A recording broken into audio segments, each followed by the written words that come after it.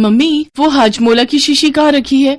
बस फिर से हाजमोला, जब देखो तब हाजमोला खाती रहती है। वही रसोई की ऊपर वाली अलमारी में देख रखी होगी। आज अलमारी साफ की थी तो वहीं रख दी थी। हाँ मिल गई।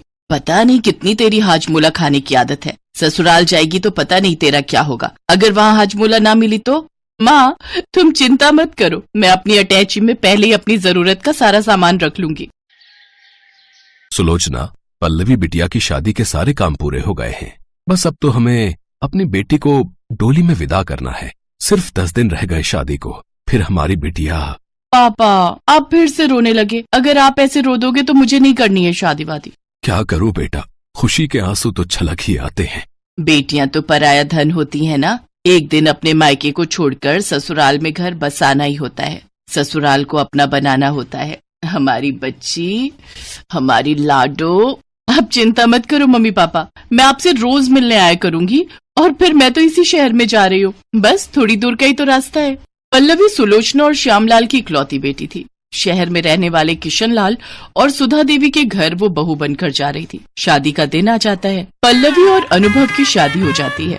शादी के बाद पल्लवी अपने ससुराल पहुंचती है, पर अगले दिन वो बहुत परेशान थी, जिसका कारण था उसकी हाजमोला की शीशी। ओह नो, लगता है मैं अपने पर्स में हाजमोला की शीशी रखना ही भूल गई। अब मैं क्या करूं? मुझे तो हाजमोला खाने की बहुत उड़क हो रही है। अगर मुझे नहीं मिली तो मैं सचमुच परेशान हो जाऊंगी। यहाँ किसी को कहते अच्छा भी नहीं लगता। सब क्या सोचेंगे कि मैं भी क्या मांग रही हूँ। बहुत शर्म आएगी। अब क्या करूँ? क्या हुआ पल्लवी, कोई परेशानी है क्या? नहीं तो नहीं, बस ऐसे ही थोड़ी थकान हो रही थी। अच्छा। पल्लवी बेटा, तुम्हारी पग फेरे की रस्म के लिए तुम्हें अपने मायके जाना है, तो तुम तैयार हो जाओ। सास की बात सुनकर पल्लवी खुश हो जाती है, क्योंकि उसे पता था कि उसकी मम्मी के घर तो उसकी हाजमोला की शीशी रखी हुई है, वो जाते से खा लेगी। इसलिए पल्लवी जल्दी से तैयार हो जाती है। पल्लवी का चचेरा भाई उसे लेने के लिए आ जाता है। पल्लवी अपनी मम्मी के घर चली जाती है। सब लोग पल्लवी के साथ वहाँ घुल मिल कर बातें कर रहे थे। तभी पल्लवी रसोई में जाती है, हाजमोला की शीशी उठा लेती है। तभी उसकी चचेरी बहन रसोई में आ जाती है। और बताओ पल्लवी, कैसी रही तुम्हारी शादी की पहली रात? पल्लवी हाजमोला की शीशी को रसोई की स्लैब पर रख देती है और अपनी चचेरी बहन से बातों में लग जाती है। तुझे बड़े शौक आ रहे हैं पूछने के, कहीं तो चाचा जी से कहकर तेरे लिए भी बोल दूं कि तेरा शादी का मन हो रहा है। हाँ नहीं तो। नहीं, मुझे नहीं करनी अभी शादी। अरे मैं तो मजाक कर रही थी। चल ना, मैंने तेरे लिए बाजार से गोलगप्पे और आलू चाट मंगवाई है, बाहर बैठकर खाते। फिर तेरे सास ससुर और जीजा जी आ जाएंगे तुझे लेने के लिए। गोलगप्पे? यार मेरा तो बहुत मन हो रहा था। अच्छा किया तूने मंगवा लिए। मम्मी पापा, चाची, नीरज भैया आओ ना, सब मिलकर खाते हैं। पल्लवी एक बार फिर से अपनी हाजमोला की शीशी को मायके में ही भूल जाती है। शाम को उसके सास ससुर और अनुभव उसे लेने के लिए आ जाते हैं और पल्लवी घर चली जाती है। अगले दिन उसे फिर याद आता है, अरे यार, कोमल के चक्कर में मैं हाजमोला की शीशी रसोई की स्लैब पर ही छोड़ आई थी। अब क्या करूं? मेरा बहुत मन हो रहा है, मुझे कुछ भी करके हाजमोला चाहिए, कैसे करूं? तभी पल्लवी की सास सुधा कमरे में आ जाती है। पल्लवी बेटा, कल तो हम तुझसे कुछ बनवा नहीं पाए थे, तो मैं सोच रही थी तुम आज ही रसोई में कुछ मीठा बना लो। सब मेहमान भी आए हुए हैं, ताई जी, ताऊ जी सब बाहर ही बैठे हैं। एक काम करो, तुम हलवा बना लो, मैं तुम्हें सामान बता देती हूँ। आओ मेरे साथ रसोई में चलो। पल्लवी अपनी सास के साथ रसोई में चली जाती है। सुधा उसे हलवा बनाने का सारा सामान दे देती है। पल्लवी हलवा बनाती है। पल्लवी का मन बार बार हाजमोला खाने का हो रहा था। हलवे में डालने के लिए ड्राई फ्रूट तो मम्मी जी ने दी ही नहीं, देखती हूँ किसी अलमारी में रखी होगी। पल्लवी ड्राई फ्रूट ढूंढ रही थी, तभी एक अलमारी के कोने में उसे हाजमोला की शीशी रखी नजर आती है। पल्लवी खुशी से उछल पड़ती है। हाजमोला! सच में मुझे नहीं पता था कि मुझे यहाँ हाजमोला की शीशी मिल जाएगी। जल्दी से ढेर सारी गोलियां खा लेती हूँ, मेरे तो मुंह में पानी आ रहा है। बस फिर क्या था, पल्लवी ने हाजमोला की शीशी को खोला और आप देखा न था 7-8 गोलियां खा गई। पर जब उसने गोलियां खा ली तो उसे गोलियों का स्वाद थोड़ा अलग लगा। ये दिख तो हाजमोला की तरह रही थी, पर इनका स्वाद थोड़ा बदला हुआ क्यों है? हाजमोला का स्वाद तो ऐसा नहीं होता। अब क्या करूं? मैंने तो ये गोलियां खा ली। अरे मेरे पेट में गुड़गुड़ क्यों हो रही है? अरे मैं क्या करूं, मेरे से तो रुका ही नहीं जा रहा है। हे भगवान, मैंने ये क्या कर दिया? मैंने कौन सी गोलियां खा ली? पल्लवी का पेट खराब हो चुका था। वो दौड़ती हुई अपने वॉशरूम में भागती है। वो बार बार टॉयलेट जा रही थी। ये देखकर उसकी सास को कुछ शक हुआ। पल्लवी बेटा, सब ठीक तो है ना? तुम बार बार टॉयलेट क्यों जा रही हो? मम्मी जी, वो मैं आपसे कैसे कहूँ वो। पल्लवी बेटा, मैं भी तो तुम्हारी माँ हूं ना, फिर माँ से क्या शर्माना। बोलो मुझे पूरी बात कहो बेटा। मम्मी जी, वो मुझे हाजमोला खाने की आदत है। मुझे हाजमोला बहुत पसंद है, पर मैं अपनी शीशी घर पर ही भूल आई। ये रसोई की अलमारी में हाजमोला की शीशी रखी थी। मैंने इसमें से कुछ ज्यादा ही गोलियां खा ली, पर पता नहीं कब से टॉयलेट रुक ही नहीं रही है। मेरा पेट खराब हो गया है। पल्लवी थोड़ा शर्मा जाती है, पर उसकी सास सुधा बहुत अच्छे स्वभाव की थी।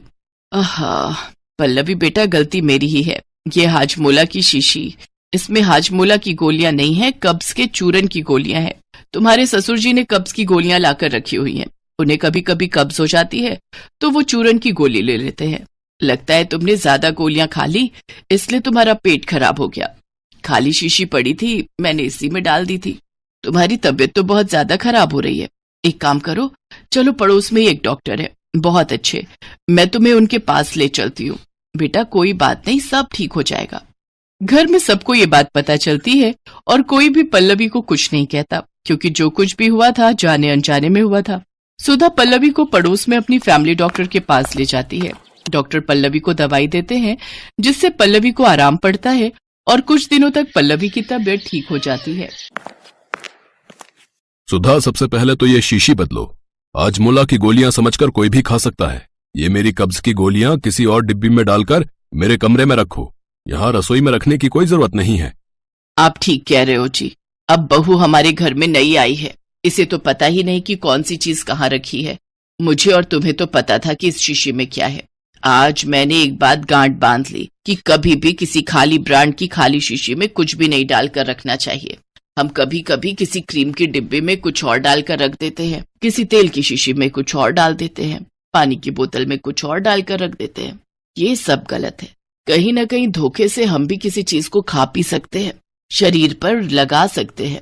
अनुभव बेटा, जा मेडिकल स्टोर से हाजमोले की शीशी लाकर बहू को दे दे, वो अपने कमरे में रख लेगी। मम्मी जी, मैं भी आपसे वादा करती हूँ, मैं भी ज्यादा हाजमोला नहीं खाऊंगी। वैसे भी किसी भी चीज की आदत तो गलत है ना। मैंने परिणाम देखा है, किसी चीज की इतनी हुड़क होना भी गलत है। मैं भी कंट्रोल करूंगी अपने ऊपर। रोजाना की बस 1 या 2 गोली ही खाऊंगी, प्रॉमिस। और ना मिले तो ना सही। मेरी समझदार बहू। अच्छा अनुभव, अनारदाना और इमली दोनों फ्लेवर ले आना, मुझे दोनों बहुत पसंद है। पल्लवी की ये बात सुनकर सब जोर से हंस देते हैं और नई बहू की हंसी से घर में खुशी का माहौल बन जाता है। दीनापुर नामक गांव का एक स्कूल पढ़ाई से ज्यादा स्कूल में बने शौचालय के लिए जाना जाता था। ये लो 20 रुपए। मेरा नंबर कौन सा है? तीसरे नंबर पर जाना। भैया बहुत तेज लगी है, मुझे जाने दो। 20 रुपए हैं तेरे पास तो चला जाइयो। शेरा भैया, मेरे पास 10 रुपए हैं, मैं 10 रुपए कल दे दूंगा, मुझे बहुत परेशानी हो रही है, मुझे जाने दो। चल जा यहाँ से, जब तक 20 रुपए नहीं देगा मैं तुझे शौच नहीं जाने दूंगा। बच्चा शौच नहीं जा पाता और उसकी निक्कर खराब हो जाती है। उसका बाथरूम निक्कर में निकल जाता है। ये आज ही नहीं, काफी समय से ऐसा होता आ रहा है। सरकारी स्कूल में बने शौचालय पर ठाकुर लल्लन सिंह ने हक जमाया हुआ है। ठाकुर लल्लन सिंह स्कूल शौचालय को पब्लिक शौचालय बनाकर पैसे कमाता है और लोग 20 रुपए देकर शौचालय का उपयोग करते हैं। ठाकुर लल्लन सिंह का गुंडा शेरा इस काम को संभालता है और उसके आगे बोलने की किसी की भी हिम्मत नहीं है। शेरा, एक छोटे से बच्चे को तुमने 10 रुपए के लिए शौच नहीं जाने दिया। तुम्हें पता भी है उस बच्चे की क्या हालत हो रही है। ऐसा है, अपना मुंह बंद रखो मास्टर जी, वरना हमेशा के लिए मुंह बंद हो जाएगा। तुम्हारे पास 10 रुपए हैं तो दो, मैं अभी से जाने दूंगा। तुम लोग गुंडागर्दी करके हम शरीफ लोगों को डराते हो, एक दिन तुम पर भगवान का कहर जरूर आएगा। ये लो 100 रुपए और इन 5 बच्चों को शौच जाने दो। ये हुई ना बात, तो मैं कौन सा मना कर रहा हूं। पीछे से ठाकुर साहब का जो हुक्म है मैं तो उस पर ही अमल कर रहा हूं। जाओ एक एक करके पांचो। ठाकुर लल्लन सिंह की इस गुंडागर्दी के खिलाफ कोई भी आवाज नहीं उठा सकता था। सबको अपनी जान प्यारी थी, भला कौन अपना मुंह खोलता। जैसे चल रहा था वैसे ही चलने दिया गया। सबसे ज्यादा परेशानी गांव की लड़कियों को होती थी। उन्हें स्कूल का शौचालय इस्तेमाल करने की इजाजत नहीं थी। इस कारण उन्हें स्कूल के पास बने खेत खलिहानों में शौच के लिए जाना पड़ता था।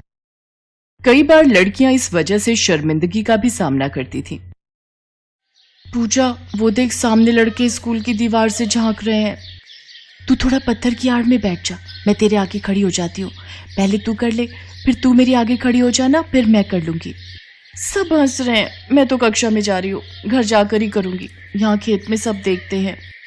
बेचारी कई लड़कियां इसी कारण शर्मा कर अपना शौच रोककर कई घंटों पढ़ाई करती रहती थी। क्या हुआ सपना, तू दौड़ती हुई क्यों आ रही है? सब ठीक तो है? अभी कुछ मत पूछो माँ, आ रही हूं मैं अभी। सपना स्कूल से आते ही शौचालय में भाग गई और माँ के सामने खूब रोई।